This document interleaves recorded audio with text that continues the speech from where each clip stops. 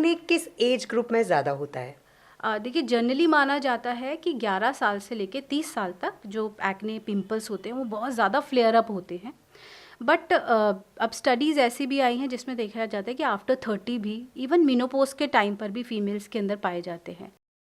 Generally ये देखा जाता है कि 11 से लेके 30 ईयर का जो एज ग्रुप है उसके अंदर पिंपल्स बहुत ज़्यादा फ्लेयर अप हो जाते हैं। इसके पीछे कुछ रीजंस होते हैं। इस दौरान पर जैसे कि प्यूबर्टी वाला टाइम होता है, उसके अंदर मेल में और फीमेल में कुछ चेंजेस देखे जाते हैं। हार्मोन्स के सर्ज होते हैं, हार्मोन्स के फ्लक्चुएशंस होते हैं, डिफरेंट टाइप के एंड्रोजन सिक्रीट होते हैं जो कि मेल और फीमेल दोनों में ही पाए जाते हैं। फीमेल में थोड़ी कम क्वांटिटी में पाया जाता है, मेल के अंदर भी पाया जाता है। तो उसकी वजह से ये जो पिंपल्स है वो डेवलप होने लग जाते हैं।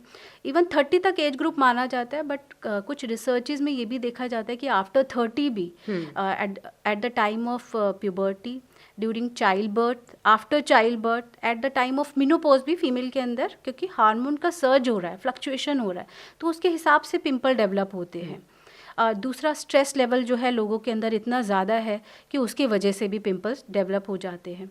अब ये देखा जाता है कि प्यूबर्टी में जो भी चेंजेस आते हैं उसके साथ साथ एक्ने भी डेवलप होते हैं।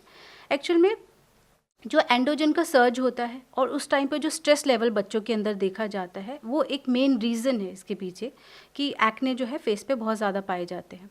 अब ऐसा नहीं कि फेस पे ही पाए जाएंगे, जो एक्ने है, पिंपल्स हैं आपके फेस पे, हेड पे, बैक पे, चेस्ट पे, इन सब एरियाज़ पे ज़्यादा प्रोन होते हैं, बिकॉज यहाँ पर जो फंक्शनल ऑयल ग्लैंड्स होती हैं वो बहुत ज़्यादा होती हैं। उसके हिसाब से ये वाले एरियाज जो होते हैं ज़्यादा प्रोन होते हैं for any type of pimple. Acne होने के मेन रीजंस क्या होते हैं? इसके कारण क्या होते हैं कि जिन कारण की वजह से ये एक्ने होता है? देखिए, एक बीमारी के और किसी भी बीमारी के बहुत सारे कारण होते हैं। अब इसको हम कैटेगराइज करते हैं, जैसे कि एक्सटर्नल कारण और इंटरनल। एक्सटर्नल, जो एक्सटर्नल फैक्टर से हमें मिलेगा, इंटरनल हमारी बॉडी के अंदर जो चेंजेस होंगे और वो जो डिसीज़ वो प्रोड्यूस करेंगे।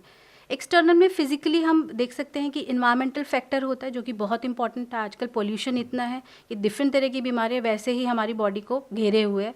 दूसरा, इंटरनल अगर हम देखेंगे तो इंटरनल में हमारे जो है फिजियोलॉजिकल और साइकोलॉजिकल दोनों चेंजेस जब हावी हो जाते हैं बॉडी के अंदर तो वो इस तरह की डिसीज़ प्रोड्यूस करते हैं।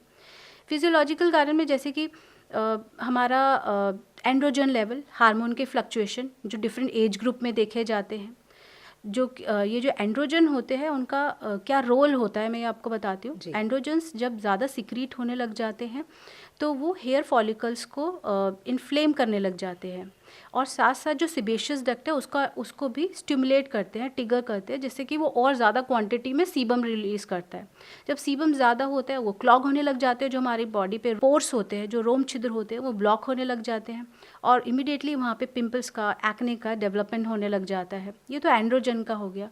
दूसरा, स्ट्रेस फैक्टर जो है, स्ट्रेस, जब भी हम स्ट्रेस आउट होते हैं किसी भी रीज़न से, किसी भी कन्फ्लिक्ट से, तो वो कॉर्टिसोन एक हार्मोन होता है उसको रिलीज़ करता है। और कॉर्टिसोन हार्मोन की ये प्रॉपर्टी होती है कि ये भी जो हेयर फॉलिकल्स है उसको स्टिमुलेट करता है, उसको ट्रिगर करता है, इन्फ्लेम करता है और सेबेशियस ग्लैंड के ऊपर काम करके और ज़्यादा सीबम सिक्रेट करता है। तो ये स्ट्रेस लेवल हो गया, एंड्रोजन्स हार्मोन हो गए। तीसरा जो है वो है साइकोलॉजिकल रीज़न, जिसमें स्ट्रेस है, कन्फ्लिक्ट्स हैं, बहुत सारी ऐसी कंडीशंस हैं जिनसे हम जूझ रहे हैं आजकल की लाइफ में।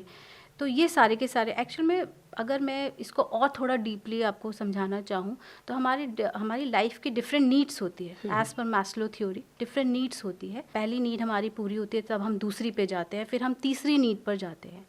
कुछ ऐसे लेवल आ जाते हैं जब हमारी अगर हमारी एस्टीम है वो हमारी पूरी नहीं हो पा रही किसी भी कारण से, चाहे वो घर के कलेश हो, आपसी बहस हो या फिर कुछ ऐसा मन की बात हो जो कि हम किसी से नहीं एक्सप्रेस कर पा रहे, किसी भी रीज़न से हो सकता है, किसी भी कंडीशन में हो सकता है। तो वो कंडीशन जो है हमारे माइंड में कन्फ्लिक्ट पैदा करती है और वो कन्फ्लिक्ट जो होता है वो डिसीज़ में डेवलप हो जाता है। तो चाहे सिंपल बीमारी हो, एक्ने के बारे में आपने बात करी, उसमें भी स्ट्रेस लेवल जो है और हार्मोन्स फ्लक्चुएशंस इन सब चीज़ों पे बहुत ज़्यादा डिपेंड करते हैं।